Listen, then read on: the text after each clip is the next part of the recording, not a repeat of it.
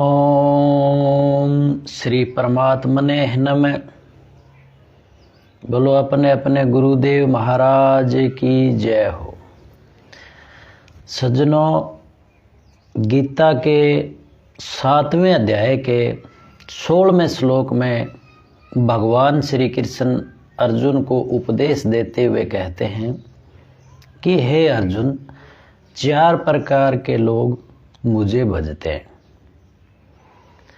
अब उन 4 प्रकारों में एक अर्थार्थी भी बताया है, यानी भगवान श्री कृष्ण अर्जुन को कह रहे हैं कि कुछ लोग अपने अर्थ उपार्जन के लिए मुझे भजते हैं। अब अर्थ पर हम पूरा प्रकाश डालते हैं, इसको समझते हैं। तो अर्थ क्या है, इसका शाब्दिक अर्थ क्या है, इससे आशय क्या है? तो एक तो शब्द है अर्थ। अर्थ शब्द को धन आदि के संकेत के रूप में काम लिया जाता है कि कोई अर्थ उपार्जन यानी संपदा, धन आदि जो वर्तमान जगत में गृहस्थ आदि के लिए, अन्य कामों के लिए जरूरी है। अब इस अर्थ में स्व उपसर्ग लगा दें तो स्वार्थ हो गया, और परम उपसर्ग लगा दें तो परमार्थ हो गया। अब दोनों तरह के लोग भगवान को भजते हैं, स्वार्थी, परमार्थी और अर्थार्थी। अब सीधे अर्थार्थी हैं, इसका मतलब ये है कि जो धन संपदा के लिए भगवान को भजते हैं कि हे परमपिता परमात्मा, हमें अमुक संपदा, इतने धन हमें मिल जाए। और फिर स्वार्थी भजता है। तो स्वार्थी का जो अर्थ है वर्तमान लोकाचार में, वो जो होना चाहिए उसके उल्ट अर्थ ग्रहण कर रखा है। यानी स्वार्थी का अर्थ है जो अनर्थ होता है वो ले रखा है। स्व का मतलब होता है स्वयं, अर्थ का मतलब होता है उपार्जन, स्वयं के लिए उपार्जन।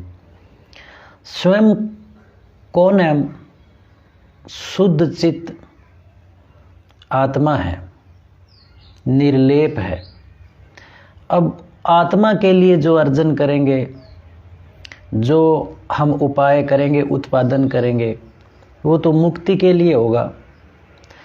तो स्वार्थी वो है सच्चा स्वार्थी जो स्वयं का अर्थ सिद्ध करे, यानी मनुष्य जीवन में आकर के मुक्ति के लिए जो उपाय, जो प्रयास, जो उपार्जन करे, वो स्वार्थी है।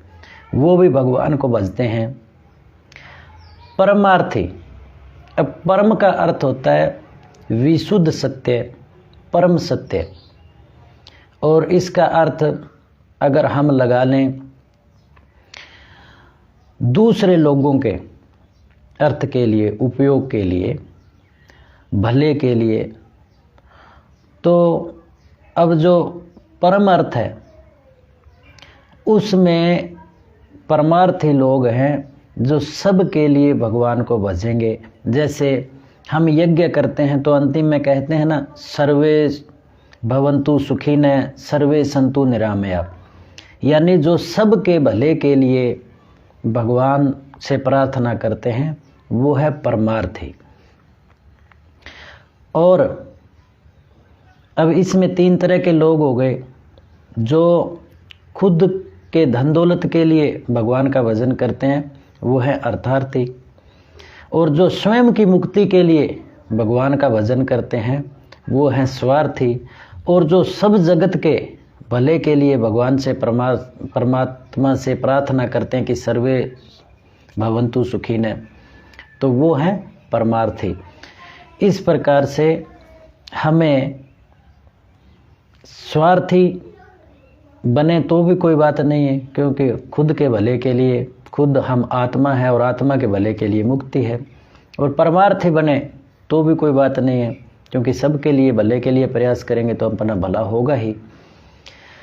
और अर्थार्थी के लिए भगवान का भजन करें तो स्वयं के लिए हमें जो साधन चाहिए जीवन में उसके लिए करें तो भी कोई बात नहीं है। परंतु जब हम शब्दों की जानकारी के बगैर, व्याकरण की जानकारी के बगैर, व्याकरण की जानकारी के बगैर जो हम अर्थ लगा लेते हैं वो उल्टा होता है। तो यहाँ पर कहने का उद्देश्य ये था कि सच्चा स्वार्थी वो है जो अपना हित करे, यानी मुक्ति प्राप्ति के लिए प्रयास करे।